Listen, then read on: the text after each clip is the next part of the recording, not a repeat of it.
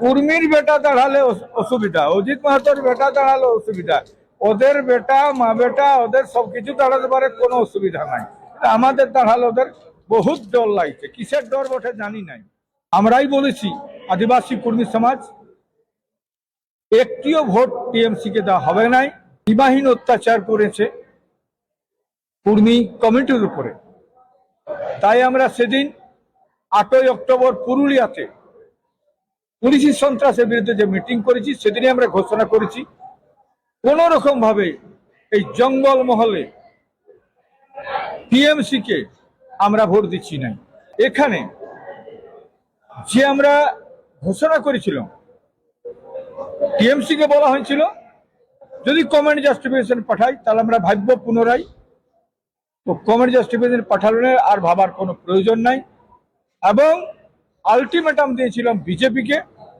BJP আলটিমেটামে ওরা আমাদের কথা শুনে আমাদের সঙ্গে পার্লামেন্টে আমাদের স্বরাষ্ট্রমন্ত্রী অমিত শাহর সাথে বৈঠক হয় এবং সেই বৈঠকের আশ্বাসন হিসাবেই আমরা কিন্তু আদিবাসী কর্মী সমাজ সরাসরি আমরা সমর্থন জানাচ্ছি ভোটে নির্বাচনে আমাদের জঙ্গল মহলে যতগুলো আছে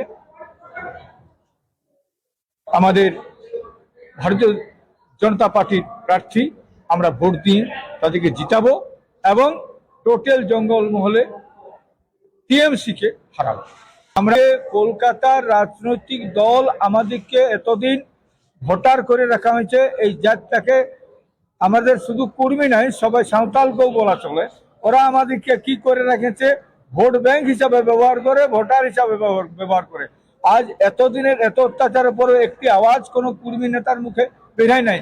এখন বলছে যে নাই আমাদের নেতৃত্ব আমাদের টিএমসি পার্টি অনেকদিন অনেক কিছু করেছে, গোটাটাই মিথ্যা। এরা জানে না, একটা আওয়াজ তুলে নেয় এরা আমাদের সম্পর্কে একটাও আওয়াজ তুলে নেয়, কোনো কর্মী নেতারা বলেন।